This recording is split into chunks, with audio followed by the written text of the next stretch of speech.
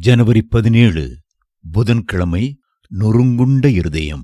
பலியை நீர் விரும்புகிறது இல்லை, விரும்பினால் செலுத்துவேன். தகன பலியும் உமக்கு பிரியமானதல்ல. தேவனுக்கு ஏற்கும் பலிகள் நொறுங்குண்ட ஆவிதான். தேவனே, நொறுங்குண்டதும் நறுங்குண்டதுமான இருதயத்தை நீர் புறக்கணியீர். சங்கீதம் 51:16-17. நொறுங்குண்ட இருதயத்தோடு கர்த்தரண்டை வரும்போது கர்த்தருடைய உள்ளம் உருகுகிறது. அவர் அன்போடு உங்களை அரவணைக்க தம்முடைய கரத்தை நீட்டுகிறார். ஒருவன் எவ்வளவு பெரிய பாவியாக இருந்தாலும் நொறுங்குண்ட நறுங்குண்ட இருதயத்தோடு தேவ சமூகத்தில் தன் பாவங்களுக்காக கதறி அழும்போது கர்த்தருடைய பாவ மன்னிப்பின் கரம் அவனை தொட்டு கழுவி சுத்திகரிக்கிறது. கர்த்தர் சொல்லுகிறார், நான் பணிந்தவர்களின் ஆவியை உயிர்ப்பிக்கிறதற்கும் நொறுங்கினவர்களின் இருதயத்தை உயிர்ப்பிக்கிறதற்கும் நொறுங்குண்டு பணிந்த ஆவி உள்ளவர்களிடத்திலும் வாசம் பண்ணுகிறேன். ஏசாயா 57:15. சிந்தித்துப் பாருங்கள். ஒரு பொற்கட்டியை சுரங்கத்திலிருந்து பெயர்த்து எடுக்கிறார்கள். முதலில் அதை அடித்து நொறுக்குகிறார்கள். அதற்கு பிறகு உலையிலே வைத்து காய்ச்சுகிறார்கள். நொறுக்கப்பட்ட அந்த கட்டி பசும் பொன்னாகி பின்னர் அழகிய ஆபரணங்களாக மாறிவிடுகின்றன. சோதனை உங்கள் இருதயத்தை நொறுக்கும் போது நீங்கள் பொன்னாக விளங்குவீர்கள் என்பதை மறந்துவிடாதீர்கள். யோபு பக்தனின் வாழ்க்கையில் அவர் எத்தனை பாடுகளின் வழியாக கடந்து சென்று நொறுக்கப்பட்ட அனுபவத்தில் இருந்தார். அத்தனையும் அவருக்கு ஆசீர்வாதமாய் மாறியதல்லவா? ரோஜா மலரை பாருங்கள்.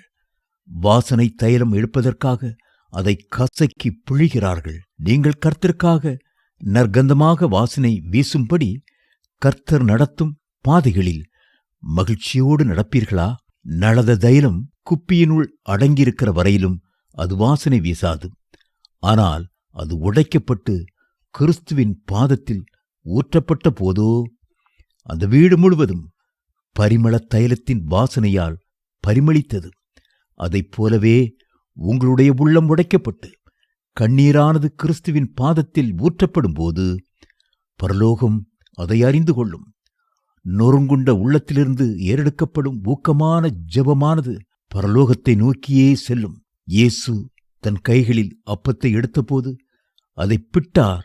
பிற்கப்பட்டு உடைக்கப்பட்ட அந்த அப்பமானது கிறிஸ்து சிலுவையிலே நொறுக்கப்படுவதற்கு நிழலாட்டமாயிருந்தது. சிலுவையிலே அவருடைய சரீரம் நார் நாராக கிழிக்கப்பட்டது.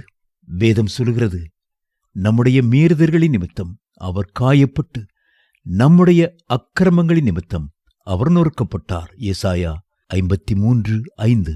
தேவப்பிள்ளைகளே, உங்களுக்காக நொறுக்கப்பட்ட தேவகுமாரனை நோக்கி பாருங்கள். அவர் உங்கள் உடைந்த உள்ளங்களின் வேதனையை அறிவார். உங்கள் கண்ணீரை புறக்கணித்துவிட்டு அவர் ஒருபோதும் கடந்து செல்ல மாட்டார். உங்கள் உடைந்த உள்ளமானது அவருடைய இருதயத்தை உருக்குகிறது.